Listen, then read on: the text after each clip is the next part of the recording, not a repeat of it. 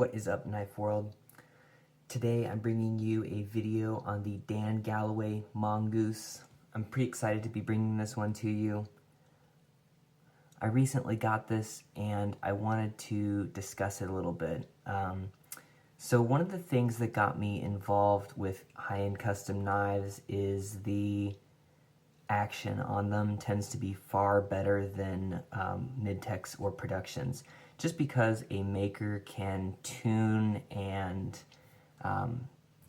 they can adjust the detent, they can adjust things like how fast the blade drops closed.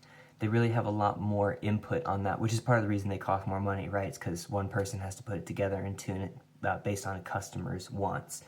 So I wanted to start this video with a mostly black screen, so you'll see the screen go away here in a second. And I want to compare the Galloway and the RJ Martin Q36. So I just want you to take a listen and tell me which is which, right? If you've ever been to like an eye doctor or something, it'll be, you know, is one better or is two better? And I just want you to take a guess at, is one the Galloway Mongoose or is one the RJ Martin Q36? Okay, so here is one. One more time, here's one.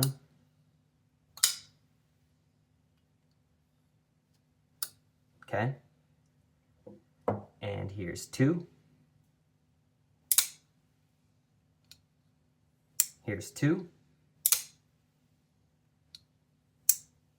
Okay, we'll do one more time. And then we'll do two one more time. Okay, so lock in your guesses and we will open up the camera here again. So which was one and which was two?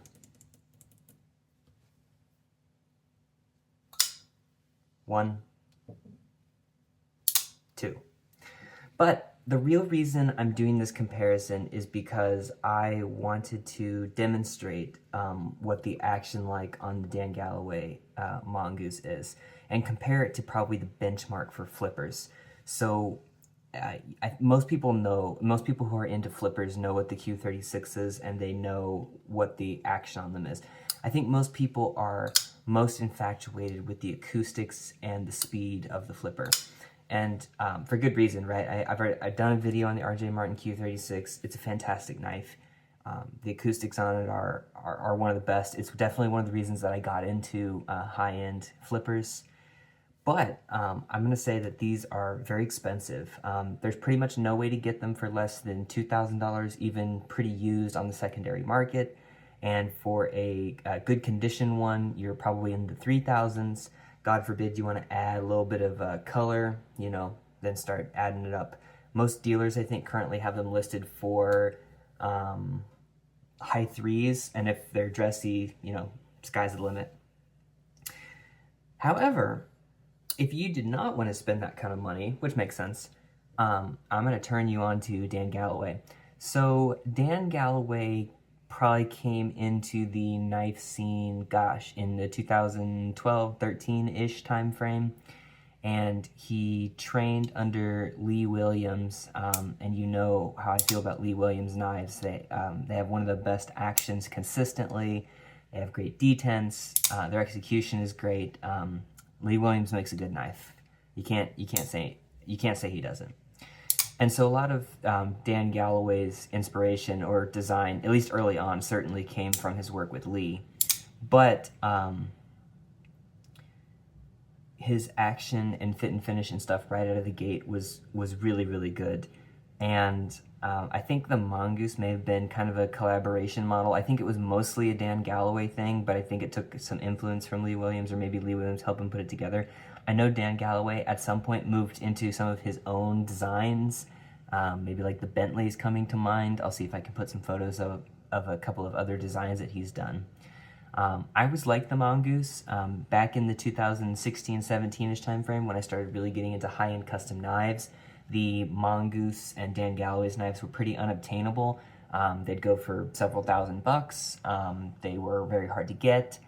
for good reason, but they also had a lot of hype around them from a lot of the big name YouTubers, which made sense because you'll hear me speaking highly about it too. It's a fantastic knife. It makes a lot of sense. So, that being said, today the secondary market on these is much more forgiving than it used to be. I think I picked this one up for under $1,000. Secondary market, one of the Facebook groups. It's a great place to be to pick up good deals. And I have to say, like, I've kind of been looking for one for a while, and I am floored that I was able to get one, because it's awesome to be able to, like, be suggestive, like, to promote a knife of this caliber at this price point, because it's really, really easy to promote knives at these price points, right? They're fantastic. Everybody knows them. They're super hyped. Another one of my favorite action knives. There's a reason that these do so well, right? Everybody wants them. They're expensive. But the Dan Galloway knife now has kind of come off the hype train a little bit, and they're far more obtainable than they used to be, which is what makes me so excited about it. So let's just kind of take you around, give you my general thoughts. I think you can tell I'm pretty excited about it, but let's just give you the tour here. So I think it's a CPM 154 satin blade. This is the edge that I got on it. I think this knife was mint in a safe, never out of the box from the person I bought it from. He said he bought a couple of them for a couple grand at the time, and I guess the investment side of that never really came back. So eventually he offered this one up for sale, and I was like, you know what, hell yeah, I'll do it. You can see it's a pretty high satin. You can see quite a bit of sheen. And the swedge there on the top, you can see probably has a little bit more mirror than even the belly there. You can see it's got a slight recurve there, comes down to a bit of a drop point. Very sharp. The edge on this thing's fantastic, which is certainly a gripe I have with some knives. It seems like you get it out of the box and the edge kind of sucks. You can see he kind of does the bead blasts. It's kind of a darker titanium, right? It's not quite as shiny as maybe the Archangel. You can see it kind of has that matte appearance to it. Right up to these marble carbon fiber scales. This is the old marble carbon fiber. I guess I'll pull out the Archangel here. You can see they both have that like older style marble carbon fiber, which is kind of cool. It's hard to get this now. I'm not sure if you can find it, or if you can, I'm sure it's way overpriced. You can see he's got a couple of screws there in the handles, but no screws in the bolsters, which is kind of cool. We'll talk about that eventually. You can see it is a bolster lock with a zirconium clip and zirconium backspacer, both in kind of a orange peel eggshell type finish, which is a nice touch. Could have been in titanium. I think it would have looked great in this, but zirconium's hard to complain about. I kind of prefer zirconium. And you can see on this side, it's kind of a clean pivot. And on the other side, it is a Torx bit. No idea what size it is, and you can see the detent hole there. The flipper geometry is a little wonky. It's kind of got this like big triangle to it, which I gotta say, like, it's probably the least attractive part of the knife aesthetically, but functionally, Dan nailed it. He's got this nice jimping here. It's really natural to put your finger on. It's not hard to like index at all. Frankly, like, I thought it looked weirder than it was to actually use. The first time I got this out of the box, I was like, holy shit, especially with that detent. That's fantastic. Really, it's a really nice action. The detent's super ergonomic. This knife is pretty big, so if you have really big hands, you're not going to have any problems fitting this in your hand. I have like medium-large hands, and you can see I've got gobs of room on this knife. There's no like super weird finger grooves. Like, I'll kind of get the Archangel out here again. It doesn't have those like super sharp fingers, so it's like this one you kind of have to have the right size hands for. Otherwise, like, you're kind of on the you're on different parts of the knife. I've talked about that in other videos. This one's not so, right? You'll get onto that, and it's no big deal. So yeah, ergonomically it's great. I don't use my knives in reverse grip, but you could. It's pretty comfortable. It doesn't have any like jimping out here, so it's pretty smooth, but with the big flipper tab, it kind of acts as a finger guard to keep you from going up. This is not really a thumb notch. It is sharp all the way to the back. You'll definitely cut yourself if you're trying to run up all the way on the blade there. I wouldn't do that. Let's talk about one more thing that's like super engaging to me about this knife that not a lot of other knives do.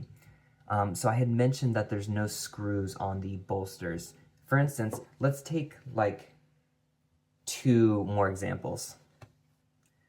So this is the Todd Fisher Archangel. We talked about this one in a second, and then let's talk about the RJ Martin Q36. Both of these have some similarities to the Dan Galloway Mongoose, but let's walk you around and show you what makes the Mongoose interesting compared to these two. So let's first take a look at Todd Fisher's Archangel. First off, the execution on this knife is top-notch. I don't know that there's very many makers that are doing it a whole lot better than Todd. There's pretty much no seam. You can't feel it. But if you catch it in the right light, you can kind of see where the bolster splits, at least along the this axis, right? You can kind of see that there's a seam there. And Todd really, really does a nice job. Sorry, I'm getting out of the camera trying to look at it, but he does a fantastic job hiding it. On the RJ Martin Q36, oh, I guess one other thing. I assume that Todd is also putting screws into the bolsters. It's kind of hard to see, but if you look down in there, you can see the screws that fasten the bolsters. Right there, you're in right there. So you know that the bolster is, right, he's got titanium liners, and then he sets the bolster and the scale and the bolster all on top of it, basically. So it's almost like it's the functionality of a liner lock with bolsters and scales all along it.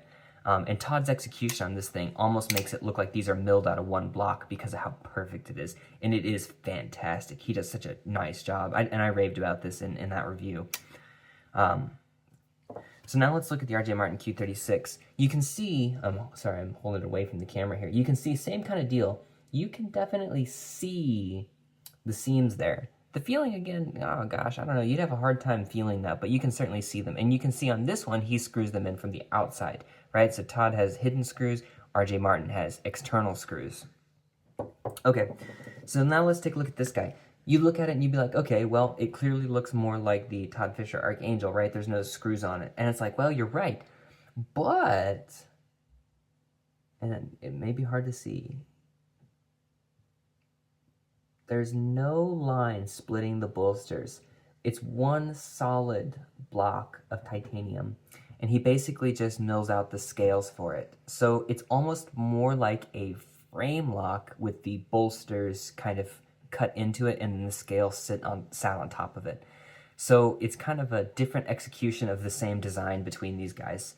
I kind of like this. Like, it may, I don't know if it's easier or harder or whatever. I have no idea from the maker standpoint what that means. But what I can say is that from the design language of it, I would think it might be a little easier to do it this way than this way, right? You have to have a really high level of tolerance, execution, and fit and finishing. It all has to be on point in order to hit that level of perfection. Whereas this offers the same experience where it's not, you don't have a bunch of seams everywhere, and a similar, like, finish, I guess. And maybe that's part of the explanation between some of the price differences, right? I don't know what Dan Galloway was charging at the time, but getting a knife from Todd is certainly not super cheap, right? He's a premium maker, and he demands a premium price. I think Dan Galloway was coming in a little bit, a few bucks less, and he's got some really cool features like how he mills it out of one piece of titanium, and that creates the same effect, and you can get it for a few bucks less. I think that's kind of what the moral of this story is for me on the Dan Galloway Mongoose. It's pretty much the best knife for the price that I think I've ever put my hands on that's still in the custom world. Let's talk about what it means for me to be in the custom world. Like, what do you have to have in order to count as a custom knife? And I'm kind of proposing this question from a slightly more philosophical side. I saw it on a Facebook group. Somebody was talking about custom knives, and a maker had chimed in, a maker I really respect. And he said, what makes a knife more custom? Something that's made with CNC machines or like a lot of computer help, or a knife that you can customize more with the maker? So like, it would be it's different. It's an interesting conversation. Would you rather have something that you can spec out more of, or would you rather have something that is not made with any CNC or water jet or anything? I don't know what I think. Like, I guess to me, in order to be a custom knife, it has to be pretty small batch. It has to be made by one person.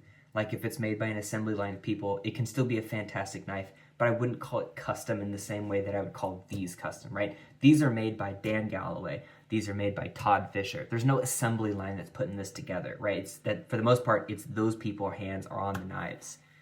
I don't know how much customization you could get with this guy, but it was made by Dan Galloway. You know, I'm sure if you got one on the books, you could spec it out with different kinds of carbon fiber, this, that, or the other.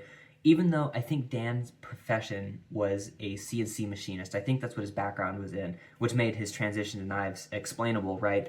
I mean, he's obviously, he knows what he's doing with the transition to materials, the fit and finish, the tolerances. It's obvious that he gets it. But I'd still call this a custom knife because of the factors that I had mentioned before. It's like you can still customize it, and it's basically made by one person, even though it's made with CNC. Now, I gotta be blunt, like, I typically will pay, I would be more comfortable with paying more money for a knife with more handwork into it rather than CNC work. And it's not because I don't like CNC work or I don't consider it custom knife. It's just like I recognize that it takes more time to do that.